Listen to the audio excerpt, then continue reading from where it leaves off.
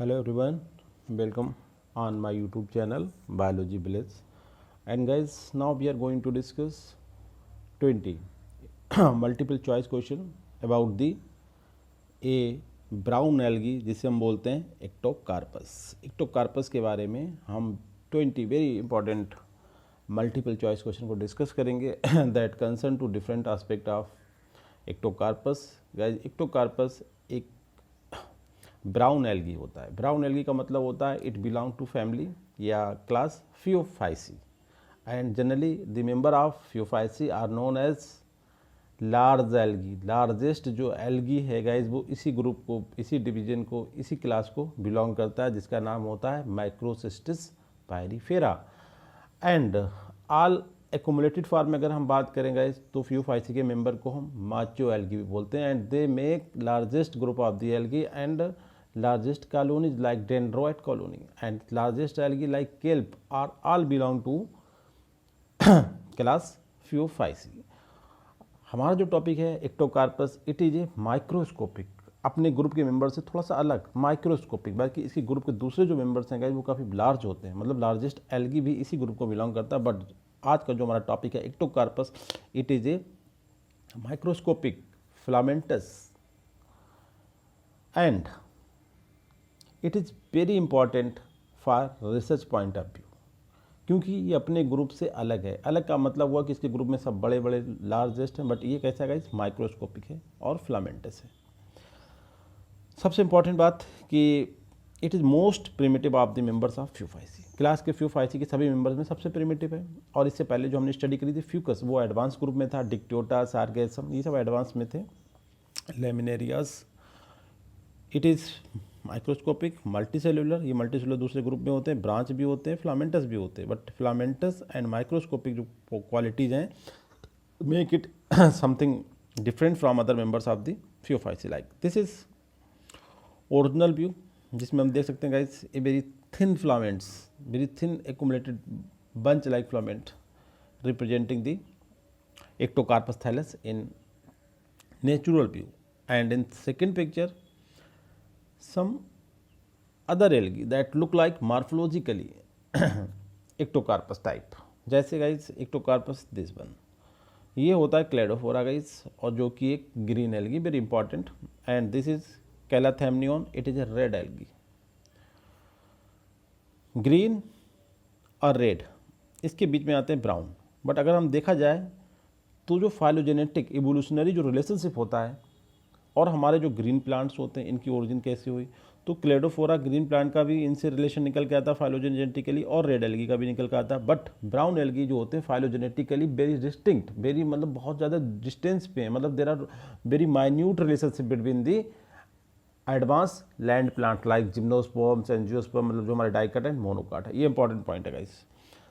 इसके बाद अब हम स्टार्ट करेंगे इसके बारे में कुछ क्वेश्चंस डिस्कस करने का। पहला क्वेश्चन कह रहा है गाइस, काफ़ी बार इस क्वेश्चन को हमने पूछा बट डिफरेंट वे में, which algal thallus is an ideal system for combined application of genetic and mathematical modelling approach to understand developmental patterning. देखिए, डेवलपमेंट पैटर्निंग का मतलब होता है ग्रोथ एंड डेवलपमेंट, और पैटर्निंग का मतलब जो मार्फोजेनेसिस, मतलब सेल का जो मार्फोलॉजी होती है उसे, इससे पहले जो हम बता चुके हैं कि रोल ऑफ ऑक्सिन इन मार्फोजेनेसिस में किस मॉडल ऑर्गेनिज्म के थ्रू स्टडी करा जाता है इस एस्पेक्ट को, एक्टोकार्पस के थ्रू। उसी चीज़ को थोड़ा सा समझने के लिए है कि इसमें एक टर्म आया है मैथमेटिकल मॉडलिंग अप्रोच के थ्रू डेवलपमेंटल पैटर्निंग को समझने के लिए किस एल्गी को as a model organism use किया जाता है गाइस। तो करेक्ट आंसर आपका एक्टोकार्पस। यहाँ भी हम एक्टोकार्पस का ही यूज़ करते हैं, क्योंकि ये एक्टोकार्पस जो है गाइस, जैसे दूसरे एल्गी हैं केवल साइनोफाइसी को छोड़ के सभी एल्गी आपको पता है कि यूकैरियोटिक होते हैं। तो ये यूकैरियोटिक में काफ़ी, ब्राउन एल्गी में बहुत ज़्यादा प्रिमिटिव होता है। तो इससे जो होते हैं दूसरे, जो प्रिमिटिवनेस का मतलब होता है कि मल्टी सेलुलर भी होता है उसके साथ, प्रिमिटिव तो है, मल्टी सेलुलर भी और यूकैरियोटिक भी है। तो कहने का मतलब है जो आपका डेवलपमेंटल पैटर्निंग है इसे, इसमें काफ़ी इजीली स्टडी करा जाता है, क्योंकि इट इज़ यूकैरियोटिक और माइक्रोस्कोपिक। माइक्रोस्कोपिक होने का मतलब है कि बहुत छोटा होता है, जैसे इसका जीनोम छोटा होता है, इसकी लाइफ साइकिल का टाइम पीरियड छोटा होता है, इसका कल्चर का टाइम छोटा होता है, and easily cultured in the laboratory. तो all these aspect make it very suitable model organism for the study of the developmental biology and developmental patterning and role of any hormone like auxin in the morphogenesis. तो guys it is very important Ectocarpus के point पे। Second question में हम बात करेंगे, एक paragraph लिखा हुआ है, इसमें कुछ उसके एस्पेक्ट लिखे हैं कि किस एल्गी के बारे में ये पॉइंट्स हैं। तो पहला पॉइंट देखते हैं, all below mention information are related to which group of organism, की जो इन्फॉर्मेशन है नीचे वो किस ग्रुप के ऑर्गेनिज्म से एसोसिएट करती हैं। पहला पॉइंट देखिए, they are dominant organism in a many coastal ecosystem, ठीक है, कोस्टल इकोसिस्टम समझ सकते हैं, और मैरीन में पहुंच गए, where they often form large under water forest. Under water forest कौन बनाता है? जो डेंड्राइट कॉलोनी होती है समुद्र के अंदर, अंदर पानी के अंदर गाइस, वो बनाते हैं, आपके समझ सकते हैं आप, अभी बताऊंगा। They also have an unusual evolutionary history. देखिए ये पॉइंट देखिए, अनयूजुअल का मतलब हुआ कि they are not phylogenetically, they are not evolutionary match with green algae, red algae and green plant. इनसे किसी का मैच नहीं होता, किसी से इनके कोई संबंध दिखाई नहीं देते अगर एवोल्यूशनरी पॉइंट ऑफ व्यू से हम सोचें। बीइंग मेंबर्स ऑफ द स्ट्रीमोपाइट, एक ग्रुप है, एक सब ग्रुप है जिसके अंदर बहुत सारे मेंबर्स हैं, जैसे उसमें ब्राउन एल्गी भी है, रेड एल्गी भी है, आपका लैंड प्लांट भी है। तो कह रहा है बीइंग मेंबर्स ऑफ द, इस ग्रुप के मेंबर होने के बावजूद they are distinctly related to well studied animal and green plant models. मतलब मेंबर तो है ये स्ट्रीमोपाइल्स के, बट इसमें आपके ग्रीन प्लांट, आपके एनिमल्स या आपके रेड एल्गी सब आते हैं, बट इसके बावजूद अगर हम देखें तो ये बहुत डिस्टेंटली रिलेटेड होते हैं to well studied animal and green plants से, ठीक है। As a consequence of this history, ऐसी हिस्ट्री के रिजल्ट के फलस्वरूप they have evolved many novel features, इसी वजह से इन्होंने कुछ ऐसे फीचर डेवलप किए हैं अपने अंदर that are related to this cell biology and metabolic pathway, ठीक है, वेरी इंपॉर्टेंट है, जो इनकी सेल बायोलॉजी और इनके मेटाबॉलिक पाथवे के लिए बिल्कुल यूनिक है, जो ना रेड एल्गी मिलते हैं, ना ग्रीन एल्गी मिलते हैं, ना ही ग्रीन प्लांट में मिलते हैं। They are also one of only a small number of eukaryotic group to have independently evolved complex and multicellularity। दूसरा इंपॉर्टेंट पॉइंट ये बता रहा है कि इसके अलावा एक और इनकी क्वालिटी कि they are small number of eukaryotic, small बहुत ही कम नंबर है इसमें, देखिए 100 स्पीसीज हैं टोटल, और उसकी 16 स्पीसीज इंडिया में पाई जाती हैं इस जीनस के अंदर, ठीक है। और टोटल अगर ब्राउन एल्गी की बात करें तो उसमें भी कोई बहुत ज़्यादा जीनस नहीं है, only a small group of eukaryotic that have independently evolved complex multicellularity. इनमें जो मल्टीसेलुलरिटी जो डेवलप करिएगा, इसका रिलेशन दूसरे एल्गी से नहीं मिलता। इनकी जो अप्रोच है डेवलप करने की multicellularity, it is not similar to the red algae, not similar to the green algae, not similar to the green plants. Despite this interesting features, इन इतने अच्छे फीचर्स हैं जो दूसरे से अलग करते हैं इसे, उसके बावजूद they have remained in relatively poor studied group. इसके बावजूद इनकी जो स्टडी करी गई साइंटिफिकली, अगर हम बात करें डेवलपमेंटल एस्पेक्ट से, तो बहुत ही poorly studied group of organism. तो ये जो इन्फॉर्मेशन इससे सुनने के बाद आपको क्या लगा कि किन एल्गीज या किन प्लांट्स के बारे में ये इन्फॉर्मेशन है? हमारे ऑप्शन में red algae, brown algae, green algae and diatoms के बारे में गाइस। तो आपने देखा होगा, एक क्वेश्चन है कि अंडर वाटर फॉरेस्ट बनाने का जो कॉन्सेप्ट है वो केवल ब्राउन एल्गी के बारे में, दूसरा कि ये distantly related and to green red and brown algae, sorry red green and green plants, तब भी आंसर यहाँ से भी क्लियर ही होता है। और दूसरी बात है, इसमें जो नंबर्स है वो बहुत कम है, ब्राउन एल्गी का जो नंबर है वो कम है। उसके अलावा जो इन्होंने मल्टी सेलुलर इनके अंदर, जैसे कि मेटाबॉलिक पाथवे बहुत स्पेशल है, जैसे डबल कहने का मेटाबॉलिक पाथवे का मतलब हुआ हैलोजन कंपाउंड्स रिलीज होते हैं, वोलेटाइल हैलोजन कंपाउंड रिलीज होते हैं during the metabolism of the brown algae, it make it metabolic pathway completely different from others, क्योंकि हैलोजन मेटाबॉलिज्म किसी भी दूसरे प्लांट, एनिमल, माइक्रो ऑर्गेनिज्म में नहीं पाया जाता। हैलोजन मेटाबॉलिज्म का जब भी नाम आएगा तो that answer will be brown algae guys. तो ये सभी जो फीचर्स है मेक ब्राउन एल्गी, इसका आंसर ब्राउन एल्गी है guys, correct answer B.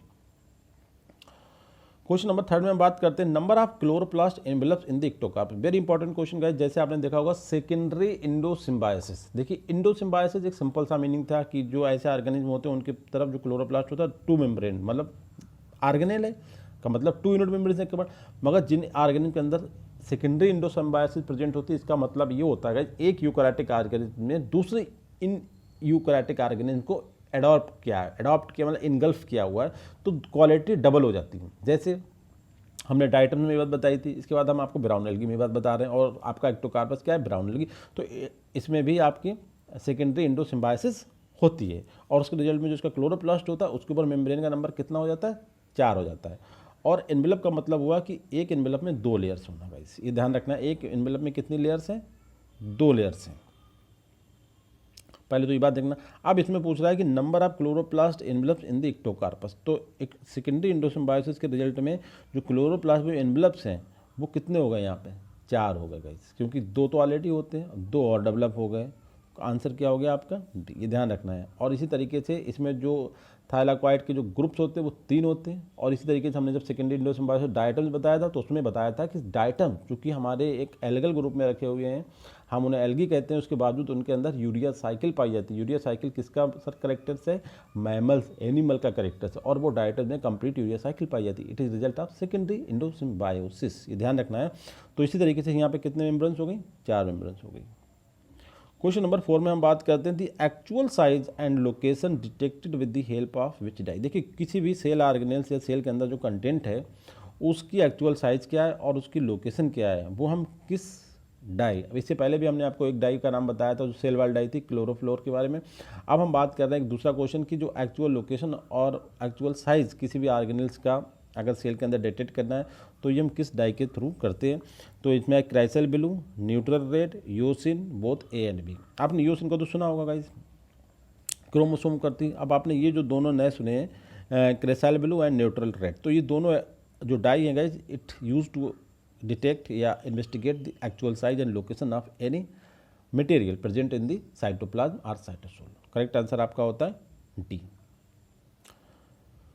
Question number next में बात करते हैं 5th में, light absorption increases with water depth. काफ़ी कंसेप्चुअल क्वेश्चन है।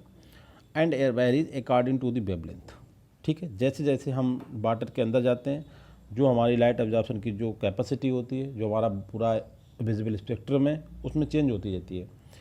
In which are the following light absorb first among the visible spectrum by the brown algae. अब आपको पता है ब्राउन एल्गी कहाँ रहते हैं, और जो हमारा वेब सिक्योर वाला कॉन्सेप्ट है उसमें जो आपके ग्रुप है उसकी कह रहा है कि सबसे पहले ब्राउन एल्गी कौन सी लाइट को एब्जॉर्ब करेंगे। ठीक है, और ये आपको एक फार्मूला बता दिया गया है कि light absorption increases with the water depth and varies according to wavelength. कि एब्जॉर्प्शन तो बढ़ता है वेवलेंथ जैसे जैसे डेप्थ बढ़ती है, मगर ये वेरीज कैसे करती है? As per there wavelength. तो कहने का मतलब है जो ब्राउन एल्गी होते हैं वो सबसे पहले स्पेक्ट्रम की किस कलर की लाइट को एब्जॉर्ब करेंगे गाइस, तो वो करेंगे आपको पता है सबसे ज़्यादा रेड कलर की लाइट को। ठीक है, एक क्वेश्चन मैंने इसे और बनाया, आगे वाले सेक्शन में बताऊंगा। वेरी इंपॉर्टेंट, आपको बस ये ध्यान रखना है कि सबसे पहले आपकी रेड लाइट एब्जॉर्ब की जाएगी। क्वेश्चन नंबर 6 में बात करते हैं typical characteristics of vegetative cell of Ectocarpus thallus. अब हम थैलस पे आ गए। इक्टोकार्पस की एक सेल का अगर हम रिव्यू करें तो हमें क्या क्या चीज़ दिखाई देगी, वो भी उसकी वेजिटेटिव सेल का। ठीक है, अभी वो रिप्रोडक्शन में नहीं है। तो पहला पॉइंट है several prominent and pedunculated pyrenoids on the inner face of chloroplast which use as taxonomic marker. कह रहा है जो क्लोरोप्लास्ट के इनर साइड में बहुत सारे प्रोमिनेंट पैरानोइड प्रेजेंट होते हैं जो टेक्सोनॉमी में स्पीसीज जो हैं कि कौन सी स्पीसीज, मतलब इसकी जो स्पीसीज की बली स्पीसीज जो कोई नया अगर ब्राउन एल्गा डिस्कवर हुआ तो उसकी स्पीसीज का कॉन्सेप्ट आता है कि भाई कौन सी स्पीसीज है ये। ठीक है, कोनिफेरस है या फैबुलेटस है, तो इसका कैसे करके हम निकालेंगे, या पेडा नहीं है। तो स्पीसीज़ को क्लासीफाई करने के लिए ये टेक्सोनॉमिक मार्कर के फॉर्म में यूज़ करा जाता है। कौन? जो पैरानोइड्स होता है जो क्लोरोप्लास्ट की इनर सरफेस पे अटैच होता है। दूसरा पॉइंट है क्लोरोप्लास्ट एंडोप्लाज्मिक रेटिकुलम जिसे बोलते हैं CER and CE chloroplast envelopes also surrounds pyrenoids. दूसरा पॉइंट कह रहा है कि क्लोरोप्लास्ट एंडोप्लाज्मिक रेटिकुलम जो एक लेयर होती है और क्लोरोप्लास्ट का जो एनवेलप्स होता है, ठीक है, वो दोनों सराउंड करते हैं पैरानोइड्स को। ये भी इसमें देखने को मिलता है हमें इक्टोकार्पस की वेजिटेटिव सेल में। तीसरा पॉइंट है ए थर्ड एक्सटर्नल एनवेलप। ये बात इंपॉर्टेंट है, देखिए सब में दो की बात करी, यहाँ पे थर्ड एक्सटर्नल एनवेलप भी होता है जो आपके पैरानोइड सैक कहलाता है। ठीक है, ये ध्यान रखना है, वेरी इंपॉर्टेंट। पैरानोइड सैक के बारे में जो क्वेश्चन है आपका उसे आपको ध्यान रखना, it is very important. Surround the pyrenoid what has no connection with reticulum system. ठीक है, इसमें थर्ड एनवेलप भी होता है जो पैरानोइड को कवर किया रहता है, जिसे हम क्या बोलते हैं पैरानोइड सैक, एंड इसका भी कोई कनेक्शन रेटिकुलम सिस्टम जो होता है क्लोरोप्लास्ट रेटिकुलम सिस्टम उससे नहीं होता है, ध्यान रखना है। थर्ड पॉइंट है the nuclear envelope is continuous with the जो आपका क्लोरोप्लास्ट एंडोप्लाज्मिक रेटिकुलम होता है उससे which itself in close vicinity to the Golgi apparatus. ये बात भी सही, जो न्यूक्लियर एनवेलप आपने देखा होगा जब भी जो एंडोप्लाज्मिक रेटिकुलम की बात आती है तो ये न्यूक्लियस के ऊपर नेटवर्क टाइप में होता है। तो वही बात यहाँ कह रहा है कि nuclear envelope is continued with the chloroplastic endoplasmic reticulum which is itself in close vicinity to the Golgi apparatus का। ये तीन आर्गन आप ध्यान रखें तो बिल्कुल आपका आंसर क्लियर हो जाएगा। तो जो स्टेटमेंट है A, B, C and D are completely right, so correct answer आपका होता है। क्वेश्चन नंबर 7 में हम बात करते हैं in which are the following is correct statement about the Ectocarpus. Ectocarpus के बारे में एक बार फिर से हम देखते हैं गाइस, क्योंकि इक्टोकार्पस हम बड़ा टॉपिक है। फिर से हम एक बार इसकी क्वालिटी, इसके फीचर्स के बारे में बात करते हैं। पहला पॉइंट है, Ectocarpus exhibit a relatively simple pattern of development with small number of different cell type. 2 point देखना है, जो डेवलपमेंट का पैटर्न होता है वो काफ़ी सिंपल होता है, और जो डिफरेंट टाइप की सेल्स होती है, मतलब 4 टाइप की 5 टाइप की, मगर यहाँ पे डिफरेंट टाइप की सेल्स हैं, उनका नंबर कम है, ये बोला जा रहा है as compare to other members. दूसरा पॉइंट है, cell to cell recognition between the gamete is mediated by an acetyl glucosamine. एक केमिकल होता है जो डिफरेंट टाइप के गैमीट को आपस में अट्रैक्ट करता है, उनका फ्यूजन करता है, ठीक है, उनके सेल टू सेल रिकॉग्निशन में मदद करता है। वो क्या होता है, एक केमिकल होता है जिसका नाम है एन एसिटिल ग्लूकोसामाइन, ठीक है। और ये कहाँ होता है, जो प्लाज्मा मेम्ब्रेन पे अटैच होता है, कहाँ पे, फीमेल गैमीट, मतलब जैसे हम अंडा बोलते हैं, ओवम बोलते हैं, उस पर। और रिकॉग्नाइज जाहिर सी बात है किसके थ्रू करा जाएगा, मेल गैमीट के थ्रू। जैसे हम अभी बहुत सारे पहले से बता चुके हैं, आपको फ्यूकस में बताया था, तो उसी तरीके से यहाँ पे जो होता है सेल टू सेल रिकॉग्निशन में जो केमिकल मदद करता है वो होता है N acetyl glucosamine and attach to the female body, female reproductive body, मतलब ovum, and detected by identified by male gamete के थ्रू। बिल्कुल सही बात है। और सी स्टेटमेंट है, sex Ectocarpus is determined during the haploid phase of life cycle by a pair of UB chromosomes. ये भी आपको ध्यान रखना है गाइस, इतना डिटेल में यहाँ पे बताएंगे तो बहुत ज़्यादा इसकी टेक्सोनॉमी, इसका जो जेनेटिक मेकअप हमें बताना पड़ेगा। केवल इतना ध्यान रखें कि इक्टोकार्पस में जो सेक्स होता है वो डिटरमाइंड हैप्लॉइड फेज में होता है, और ये होता किसके थ्रू है, ये सबसे इंपॉर्टेंट है, UB सेक्स क्रोमोसोम बोलते हैं। जैसे अपने पास होता है XY, इसी तरीके से X0 होता है, इसी तरीके से आपने देखा होगा जो बर्ड्स होती है, हमारी पक्षी होते हैं, उनमें डिफरेंट होता है। इसी तरीके इक्टोकार्पस में हमने UB सेक्स क्रोमोसोम का नाम दिया है, आपको इतना ध्यान रखना और कुछ नहीं, और ये हैप्लॉइड फेज में ही डिसाइड हो जाता है। डी स्टेटमेंट है, brown algae differ from the land plants by pigment composition of their light harvesting complete. ये तो बहुत ही इंपॉर्टेंट बात है भाई, आपके जो हायर प्लांट्स होते हैं, जो लैंड प्लांट्स होते हैं, उनमें जो आपके लाइट हार्वेस्टिंग कॉम्प्लेक्स जो पिगमेंट सिस्टम होता है वो कम्प्लीटली डिफरेंट होता है ब्राउन एल्गी में, क्योंकि वहाँ पे क्लोरोफिल सी प्रेजेंट होता है, बीटा कैरोटीन प्रेजेंट होता है। ये बात भी सही है गाइस, तो करेक्ट आंसर आपका होता है 7 का ई, लास्ट स्टेटमेंट। तो ये स्टेटमेंट काफ़ी है कि एनेस्टिल ग्लूकोसामाइन को ध्यान रखना है आपको, और पैटर्न बहुत सिंपल होता है। और एक इंपॉर्टेंट बात है कि 6 डिप्लाइड होता है हैप्लाइड फेज में गाइस, ये ध्यान रखना है आपको, very important question. Question number 8 में हम बात करते हैं, in which of the following fact is incorrect about the vegetative cell of Ectocarpus. Ectocarpus की जो वेजिटेटिव सेल है उसके बारे में कौन सा फैक्ट गलत है। यहाँ पे भी क्वेश्चन को थोड़ा सही करें, फैक्ट गलत की बात नहीं करें, पहले तो क्वेश्चन सही करें गाइस। जो क्वेश्चन होगा ये कि in which of the following fact is correct about the vegetative cell of Ectocarpus. पहला पॉइंट है, the general ultra structure of vegetative cell is similar to both prostrate and flume. देखिए पहले बहुत अच्छी बात कह रहा है कि 2 टाइप का थैलेस जो होता है इसका हेटरोट्राइकस होता है, एक नीचे ज़मीन में इस तरीके से क्रीपिंग होता है, दूसरा इरेक्ट होता है।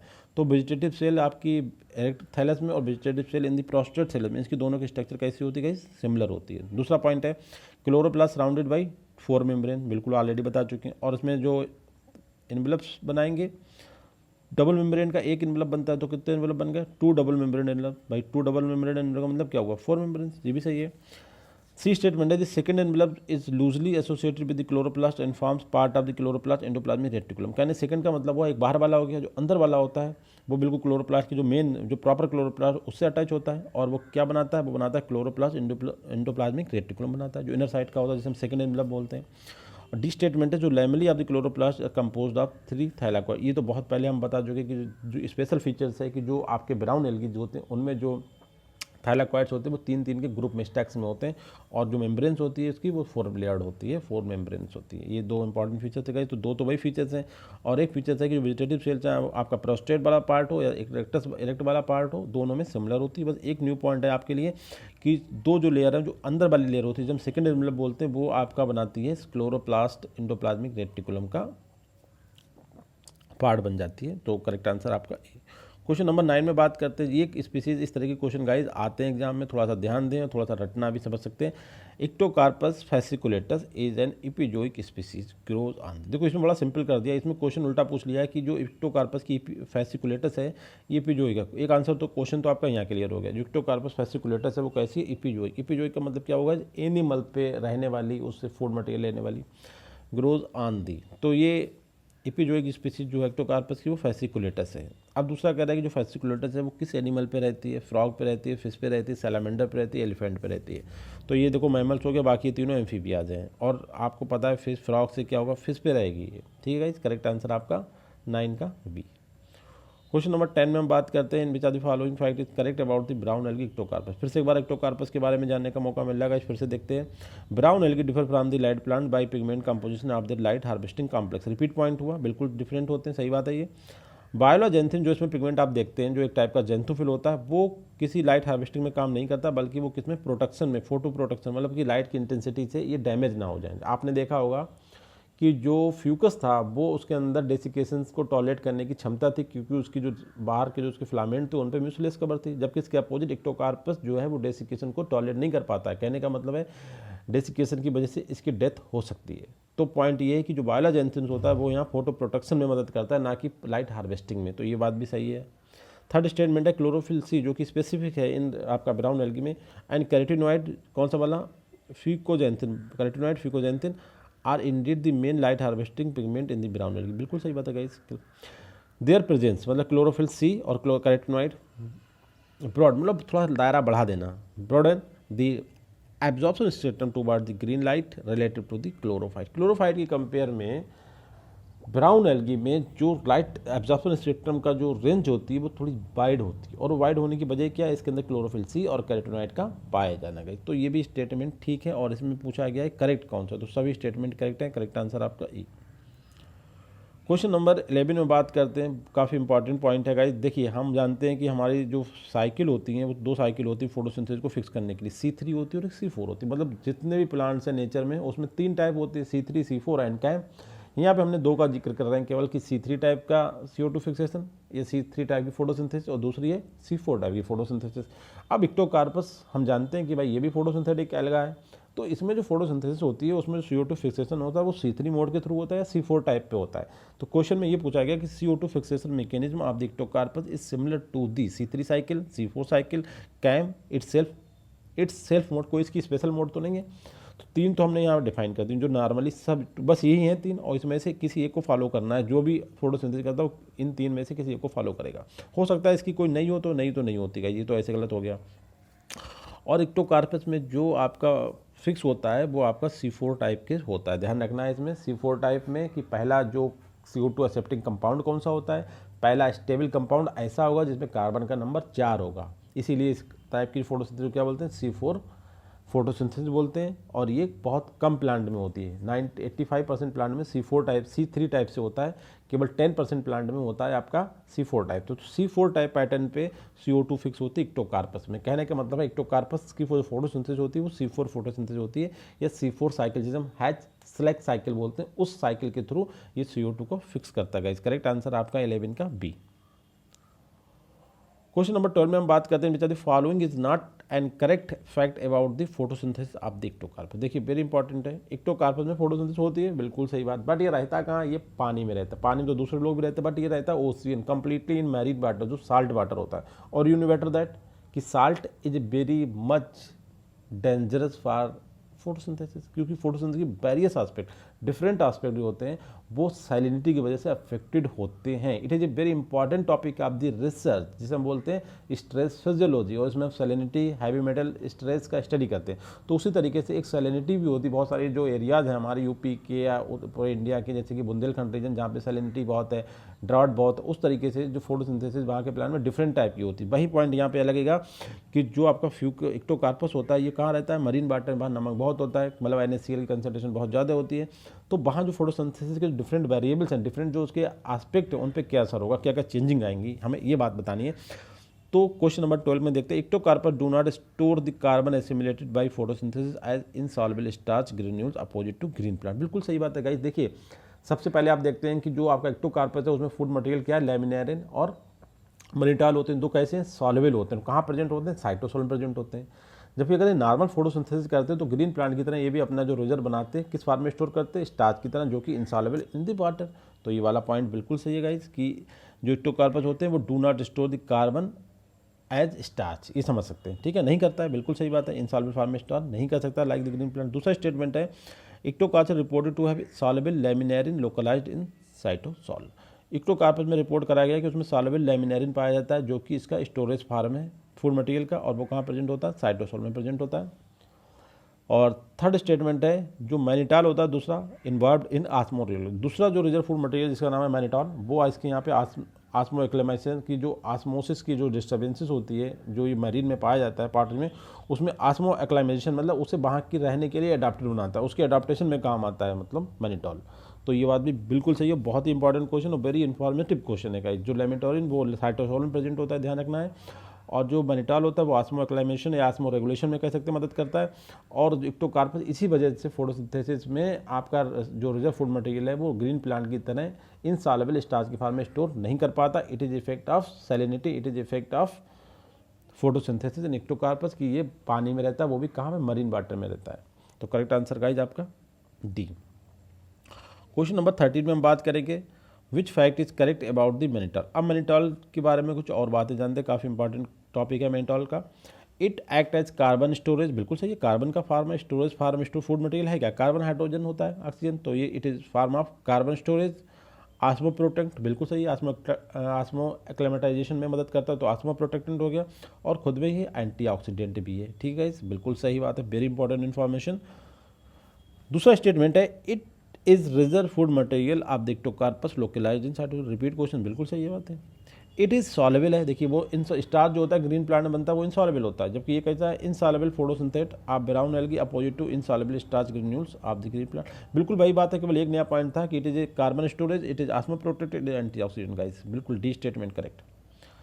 क्वेश्चन नंबर 14 में अगर हम बात करें गाइस, तो Ectocarpus attracted considerable attention from the view point of both nutrition and pharmacology because of their. देखिए इसमें बोला है कि इक्टोकार्पस की बड़ा डिमांड हो रही है, किसमें, न्यूट्रिशन के कुछ प्रोडक्ट ऐसे बनाए जा रहे हैं, और दूसरा फार्माकोलॉजी में जो कि फार्मेसी की ब्रांच होती है उसमें इसका बहुत रोल है, बहुत ज़्यादा कंसिडरेबल अटेंशन गेन कर रहा है। क्यों है, इसमें जो लिपिड प्रोफाइल उसकी वजह से, कार्बोहाइड्रेट प्रोफाइल की वजह से, प्रोटीन प्रोफाइल की वजह से, या मिनरल जो कंटेंट होता है इसके अंदर वो बहुत ज़्यादा मतलब सुटेबल है फॉर दीज टू इंडस्ट्रीज के लिए, nutrition industry and pharmacology.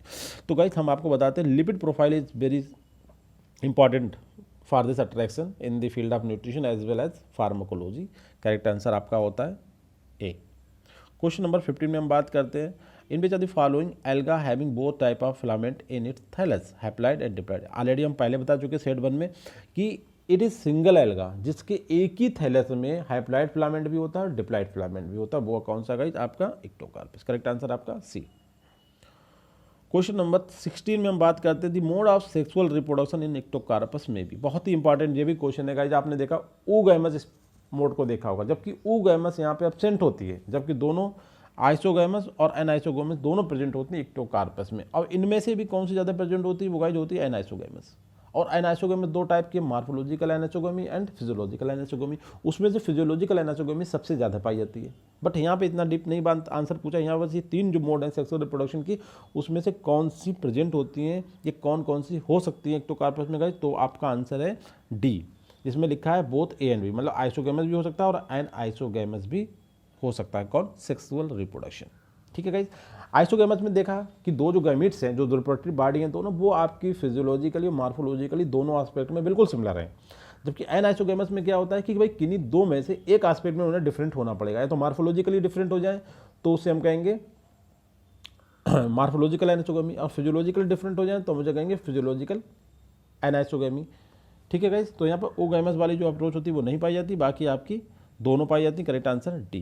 Question number 17, पार्थिनोस्पोरोफाइट, ये भी अपने आप में एक न्यू क्वेश्चन है गाइस। यहाँ पे देखिए दो मोड होती है जनरली, ये सेक्सुअल रिप्रोडक्शन होता है और सेक्सुअल रिप्रोडक्शन होता है, but during the sexual reproduction कुछ ऐसे गैमीट जो फ्यूजन से रह जाते हैं, जो अनफॉर्चुनेट किसी वजह से फ्यूज नहीं हो पाते हैं अपने अपोजिट स्ट्रेन से and enable to format zygote, उस कंडीशन में क्या होता है कि वो सिंगली ही पार्थिनोजेनेसिस के थ्रू स्पोरोफाइट का फॉर्मेशन कर देते हैं। देखिए हमने क्या बोला, स्पोरोफाइट का फॉर्मेशन कर देते हैं, और वो स्पोरोफाइट जो बिल्कुल ओरिजिनल फ्यूजन के थ्रू बना है, मतलब प्रॉपर वे में बना है, तो इस तरीके से बनने वाला, मतलब एक सिंगल से बनने वाला और एक जो नॉर्मल वे से फ्यूजन के थ्रू बनने वाला, दोनों में कोई भी डिफरेंसेस नहीं होते, ये इंपॉर्टेंट बात है। और जो पार्थिनोजेनेसिस के थ्रू स्पोरोफाइट बना उसे हम बोलेंगे पार्थिनोस्पोरोफाइट, और ये किस एल्गी में ऐसी घटनाएं होती हैं, ये होती हैं इक्टोकार्पस में गाइस। करेक्ट आंसर आपका डी। क्वेश्चन नंबर 18 में काफ़ी इंपॉर्टेंट क्वेश्चन, काफ़ी यूनिक क्वेश्चन अपने आप का। फ्यूकस में एक अलग पॉइंट था, यहाँ पे एक अलग पॉइंट है, काम दोनों का एक ही है। सायरेनाइन ए मेल गैमीट अट्रैक्टेंट, ठीक है, देखिए मेल गैमीट अट्रैक्टेंट होगा तो वो करेगा कौन, अंडा करेगा, तो ये निकलेगा कहाँ से, अंडे के ऊपर से गाइस। ठीक है, ये केमिकल है, ये दिख रहा है केमिकल है सायरेनाइन। ठीक है, यहाँ से सिक्रेट करा जा रहा है, और किसके लिए कि ये जो गैमीट है, ये जो वाला मेल गैमीट, ये इसकी तरफ मूव कर जाए और इसे फ्यूज होके आपका जाइगोट का फॉर्मेशन कर दे। इसलिए तो क्या है, साइरेनाइन एक male gamete attractant secreted by the female reproductive unit, जिसकी हम ये बात कर रहे हैं, इन विच एल्गी। तो बात ये है कि किस एल्गी में ये सिक्रेट होता है, जिसका नाम साइरेनाइन है। तो ये आपका एक सिक्रेट होता है एक्टोकार्पस में। करेक्ट आंसर आपका डी। क्वेश्चन नंबर 19 में हम बात करते हैं, in which the following type of series species is not reported under the genus of Ectocarpus. देखिए इक्टोकार्पस की जो वेरिएबिलिटी है, इसकी स्पीसीज आपकी फ्री फ्लोटिंग भी होती है, एपीफाइटिक भी होती है, मतलब प्लांट के ऊपर रहती हैं, इंडोफाइटिक होती है, प्लांट के अनसाइड भी रहती हैं, एपीजोइक होती हैं, एनिमल पे भी रहती हैं, ऑल ऑफ दी अबव। तो कह रहा है कि कौन सी ऐसी कैटेगरी है जो स्पीसीज में जो इक्टोकार्पस जीनस में नहीं पाई जाती है। आप क्वेश्चन को देखिए, थोड़ा सा सही करें इसे। इनमें the following type of species reported under the genus of Ectocarpus, not को हटा दीजिएगा यहाँ से, ठीक है। क्वेश्चन बनना है कि कौन कौन सी कैटेगरी की स्पीसीज इक्टोकार्पस जीनस में होती हैं। तो गाइस फ्री फ्लोटिंग भी होती हैं, एपीफाइटिक भी होती हैं, इंडोफाइटिक भी होती हैं और एपीजोइक भी होती हैं। अगले सेट में हमने इनके सबके एग्जाम्पल पूछे गए और एग्जाम में ऐसे क्वेश्चन आने के चांसेस बहुत ज़्यादा हैं कि एपीफाइटिक कौन सी, एपीजोइक कौन सी है, फ्री फ्लोटिंग कौन सी है। तो पहले तो ये देखें कि आपकी चारों कैटेगरी जो होती हैं, आपके इक्टोकार्पस जीनस की स्पीसीज जो इंडिया में पाई जाती हैं 16, और ओवरऑल कितनी है गाइस 100। उन 100 स्पीसीज में इस तरीके की स्पीसीज होती हैं, फ्री फ्लोट करने वाली भी होती हैं, प्लांट के साथ एसोसिएशन करने वाली भी होती है, एनिमल के साथ एसोसिएशन करने वाली भी होती हैं, प्लांट के अंदर रहती हैं और प्लांट के ऊपर भी रहती हैं, ठीक है। इस तरीके की स्पीसीज होती हैं गाइस। करेक्ट आंसर हमारा होता है ई लास्ट। एंड लास्ट क्वेश्चन में हम बात कर सकते हैं, एक क्वेश्चन ने यहाँ पूछा भी है आपके लिए, which species of the Ectocarpus is epiphytic. देखिए कौन सी स्पीसीज जो है इसकी एपीफाइटिक है, मतलब प्लांट के ऊपर रहती, प्लांट के साथ रह के अपना फूड मटेरियल, मतलब उसको किसी रॉक वगैरह पे नहीं रहती, किसी एनिमल पर नहीं रहती, प्लांट के साथ एसोसिएशन बनाती, दैट मीन्स एपीफाइटिक स्पीसीज कौन सी है। और ये स्पीसीज आज आपकी होती है डी, कोनिफेरस स्पीसीज को हम कहते हैं epiphytic species of the Ectocarpus. Correct answer आपका D. So guys thank you very much, and in last I say to all, please do subscribe my channel and like more and more. Thank you very much guys.